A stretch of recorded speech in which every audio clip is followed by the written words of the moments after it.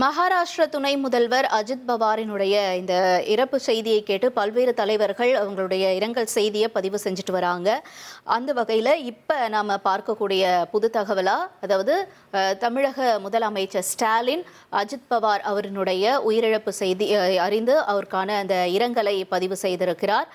அது தொடர்பான தகவலை நம்ம பார்க்கிறோம். அவருடைய தரப்புல என்ன சொல்லப்பட்டிருக்குன்னா, அஜித் பவார் மற்றும் அந்த விமானத்துல பயணிச்சிருந்தவங்க எல்லாருமே உயிரிழந்துட்டாங்க அப்படிங்கிற செய்தி கேட்டதுமே நான் மிகுந்த வேதனை அடைஞ்சேன் அப்படின்னு சொல்லி முதலமைச்சர் ஸ்டாலின் அவருடைய இரங்கல்ல பதிவு செஞ்சிருக்காரு.